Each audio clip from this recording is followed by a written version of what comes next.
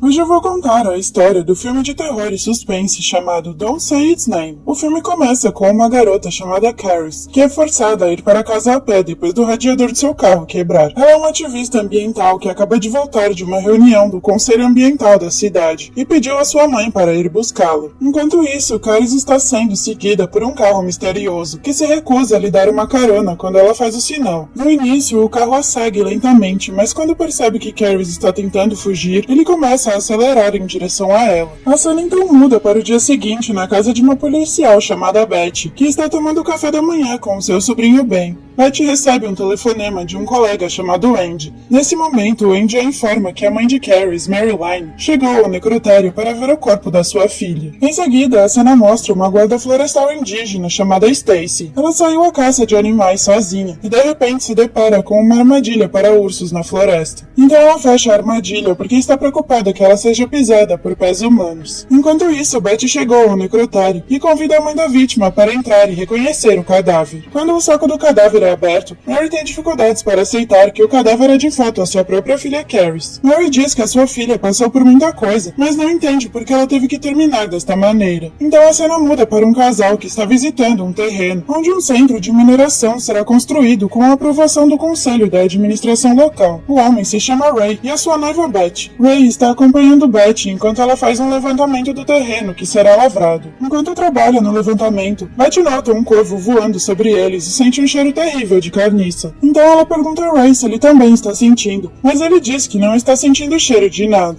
Então Betty vê uma onda passando pelo seu dispositivo de medição e é subitamente atacada por algo que não pode ser visto. Alguns momentos depois, Betty e Andy correm para o local. Andy explica que Betty é empregada de uma organização que planeja construir um centro de mineração de carvão em território indígena. Quando Betty pede informações a Ray, ele alega que não viu ninguém atacar a sua noiva, o que a deixa confusa. De acordo com Ray, Betty morreu após sentir o cheiro de algum bicho morto na área. No dia seguinte, Stacy está almoçando em um café e ao mesmo tempo há um homem pervertido chamado Donnie que está observando atentamente. Uma mulher chamada Frances se aproxima dela e diz que ela tem ficado bastante ocupada recentemente, pois a estrada de gelo se espessou por toda a área. Pouco depois, Stacy percebe que o seu carro foi bloqueado por Donnie. Donnie tenta seduzir Stacy e também lhe dá uma camiseta, o que mostra que ele é uma das pessoas que apoia a organização. Além disso, ao invés de mover o carro, Donnie pede o número de telefone de Stacy, o que a deixa irritada. Stacy finge que vai pegar uma caneta, mas pega uma arma e imediatamente bate no rosto de Donnie, fazendo com que o nariz dele sangre. Em seguida, as cenas mostram o casal Jessica e Gary. Enquanto eles falam das suas atividades de caça, Gary de repente nota um cheiro estranho, e eles ouvem algo andando em cima do seu carro. Gary aposta que é um lobo, então ele pega o seu rifle para verificar. No momento em que Jessica vê os intestinos do seu namorado puxados para fora, ela entra em pânico e fecha a porta do carro imediatamente. Logo depois, Betty e Andy entram em cena, e Betty começa a interrogar Jessica sobre o ocorrido. Betty fica surpresa quando Jessica menciona a morte, o que soa estranhamente semelhante ao incidente da morte anterior. De acordo com Jessica, ela não viu ou sentiu o cheiro de nada parecido com o que Gary relatou.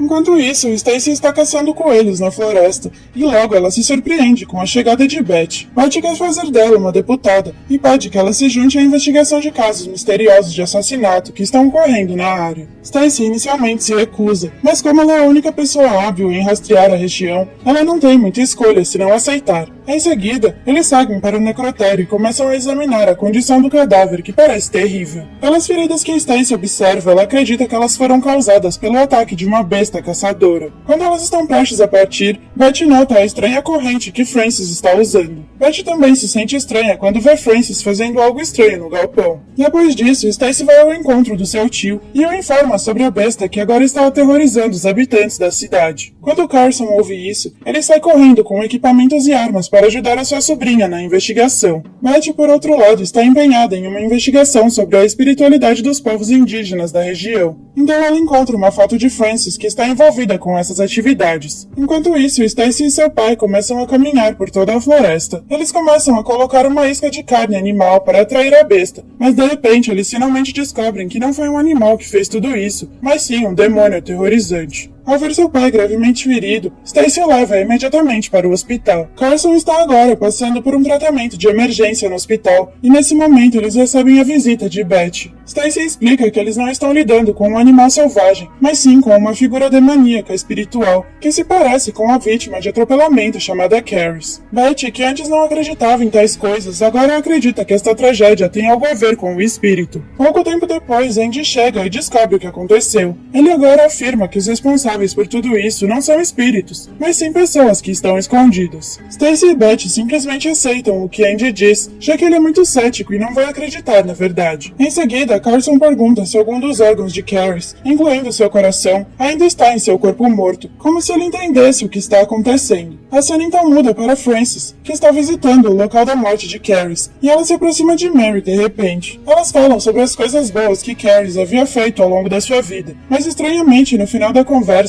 Frances ouve o som de um vento forte soprando. No dia seguinte, Beth está ocupada procurando pistas para cada caso de assassinato em sua cidade. Beth finalmente começa a ver um ponto brilhante onde ela percebe que as roupas usadas pela vítima são da mesma organização, que é a empresa de mineração de carvão. Além disso, seus parceiros, que não tinham nada a ver com a organização, não foram feridos. Ela também se depara com os artigos afirmando que o Conselho Ambiental tinha vendido licenças à empresa sem a aprovação do governo. Então ela encontra um artigo sobre o quanto Caris era ativa em suas atividades como ativista ambiental quando ela ainda estava viva. Depois disso, Beth pergunta sobre o projeto do seu sobrinho sobre mineração de terras. É revelado que Carson é na verdade uma das pessoas que apoiou o projeto de mineração. Isto porque eles podem aproveitar esta oportunidade para construir a sua comunidade, com base no que a empresa prometeu. Mary e Caris, por outro lado, se opuseram a tudo isso por causa das ameaças ao ecossistema. À noite, Beth vem ao barracão e pergunta sobre o corpo de Caris, mas Frances a informa que o corpo foi transferido para outro necrotério. Beth, que não está satisfeita com a resposta, continua pressionando Frances para saber para onde o corpo foi enviado, mas Frances continua dando desculpas. Após ser pressionada por Beth, Frances finalmente diz a verdade e pede a Beth para perguntar a Maryline, a pessoa que levou o corpo. No dia seguinte, Beth encontra Stacy e explica que todos os mortos são os trabalhadores da organização mineira, que iniciarão seu projeto nesta área. Beth então fornece provas de que seu tio também é uma das pessoas que apoiam o movimento da organização, o que explica porque ele está sendo atacado pelo espírito. Depois disso, elas encontram Andy, que acaba de prender Donnie. Donnie foi preso depois de atirar acidentalmente em uma velha mulher surda, que estava andando no mato. Ele pensou que a mulher idosa fosse a assassina que estava aterrorizando a vizinhança. Andy então vai a um café, onde diz a Frances que a viu no local da morte de Caris. Então Frances explica que ela estava apenas prestando seus respeitos a ela. No início, Frances parece estar escondendo algo, mas depois de lembrar dos esforços de Caris para proteger a natureza, ela finalmente faz uma confissão. Ela também nota que Donnie tinha sido preso primeiro. É neste ponto que ela confessa que foi Donnie quem bateu em Caris. Além disso, ele explica que Donnie a convidou para sair naquela época, mas ela se recusou e foi dopada com substâncias ilícitas para que ficasse semi-inconsciente enquanto Donnie se aproveitava dela. De volta a Stacy e Beth, elas agora vão ao encontro da mãe de Caris. Beth então pergunta sobre o paradeiro do corpo de Caris, mas Mary informa que o corpo de Caris foi levado pelos seus espíritos ancestrais. Neste momento, Mary começa a mostrar o seu ódio à organização, que queria tirar tudo delas, inclusive suas terras indígenas. Depois de ver que Mary estava muito emotiva e não tinha condições de continuar, elas decidem deixá-la em paz. No caminho para o carro, o sobrinho de Beth aparece e diz que a organização mineira está começando a oferecer oportunidades de trabalho. Mas mesmo que Beth o proíba de ir ao local, Ben ainda insiste em se candidatar a um emprego. Quando Stacy e Beth estão prestes a sair, Stacy parece pensar em algo. Então ela volta para Mary e começa a contar a ela a história de seu colega, que está intimamente relacionada com a história de Mary. Ela também tenta convencer Mary de que o que ela está fazendo não é correto. Embora a intenção de proteger o território seja boa, matar essas pessoas não é justificável.